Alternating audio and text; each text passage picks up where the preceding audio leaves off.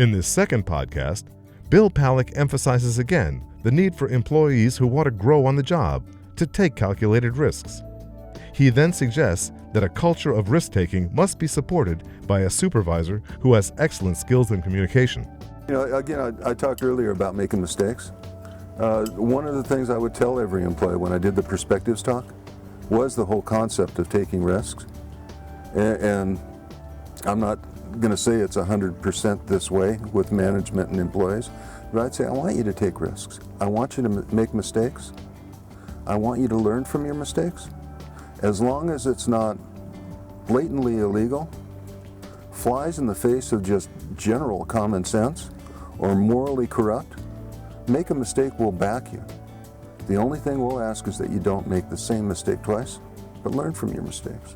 And I think if you can create a management culture in which risk is valued and the sharing of perspectives is a priority, you can do incredible things with an organization. Just you keep talking the talk and walking the walk. I was out in the park a lot. You know, there are different management styles. One management style says, you know, this is a paramilitaristic organization. We still have epaulets on our uniforms and all that stuff. And we wear badges. So I'm going to work through the chain of command. And I will never do anything other than work through the chain of command. And I'll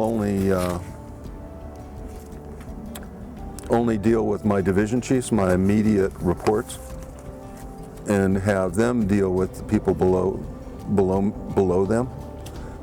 That wasn't my style. My style was to engage, manage by walking around, if you will, I think they call it, and talk to people, find out what their kids' names were, make sure things were going all right. Sonny O'Neill, I mentioned him earlier. He was a legend both in the Forest Service as a forest supervisor and in the fire community as well. And I remember one day having lunch with Sonny, and it was middle 90s, and the emergence of civil rights in the Forest Service had just come along. And we were talking, and I said, Sonny, I noticed you've got a lot of white male district rangers. And they're smart guys, they're motivated guys, but it's clear that the writing's on the wall.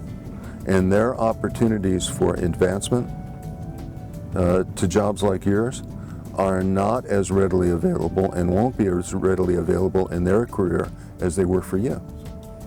How do you keep them so motivated? And Sonny smiled and he said, well, Bill, I kind of figure if a fella can't control their career, at least they ought to be able to control their day. And that's the thing. You know, you hire good people, and then you let them do their jobs. You trust them to do their jobs.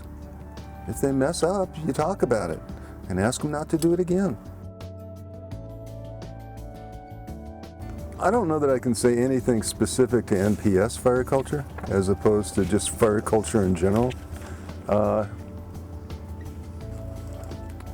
guess the first thing that always drove me crazy, and it wasn't just fire, but one thing I tried to teach people was nobody ever put anything in your hand when it's like this.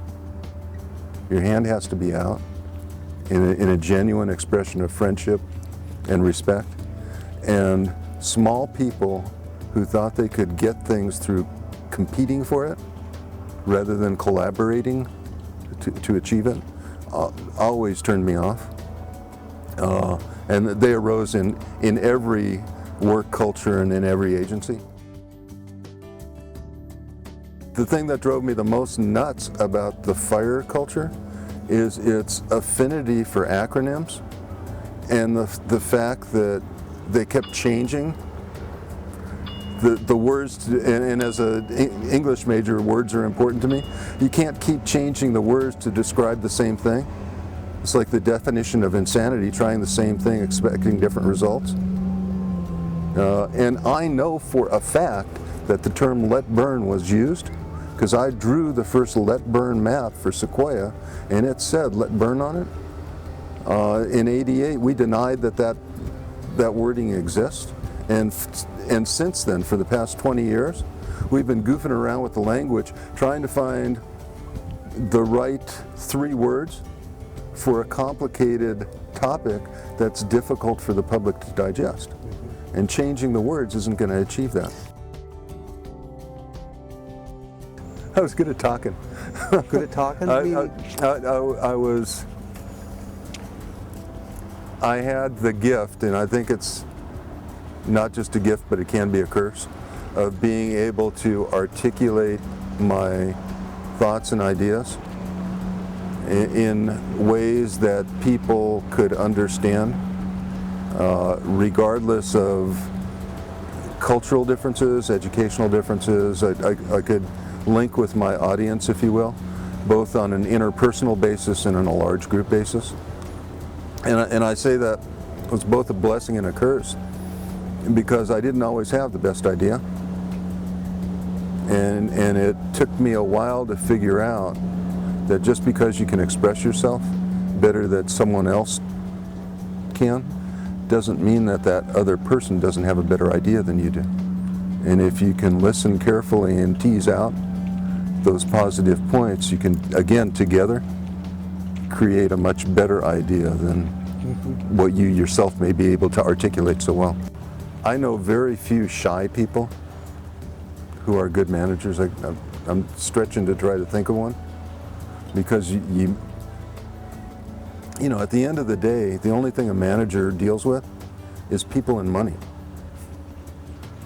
And so if you're a shy person and you have difficulty dealing with people, not maybe difficulty, but you're not enthusiastic about being engaged with people, you're going to have an uphill. There are many other things you can do. I mean, you can be a great GIS technician, but it doesn't mean you can manage the resource management branch very well. During our 2-hour interview with Bill Palleck at his home north of Seattle, we noted how comfortable he was to be around and how easy it was to talk with him. We asked Bill if he was naturally this way or if it was a skill he had to learn. Well, I think I'm better at it since I retired, for one thing. I think I've become better at it through my training and experience in mediation, which I've started since I retired.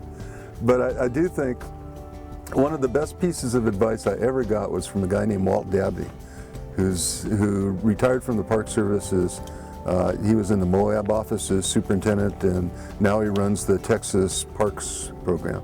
But Walt had a saying he loved to use a lot, and it was, you can never take your job too seriously, because it's serious business that we do on behalf of the American public and on behalf of generations not yet born, but don't ever take yourself too seriously. And I've tried most of my career to not take myself too seriously.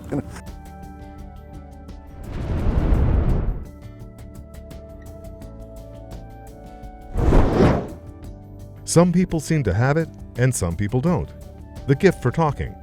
The ability to hold mature conversations during highly charged emotional situations is a skill that can be learned. There are many books, DVDs, and audio tapes that will help you have and survive difficult conversations. But Bill Palleck raises an even more interesting thought. If a manager does not possess the skills for high-quality conversations, including the art of listening, maybe he or she shouldn't be a manager. Do you agree with Palleck's assessment? Is the ability to communicate a skill that you either have or don't have? Or are there methods a manager could use to work around weaknesses in having productive conversations?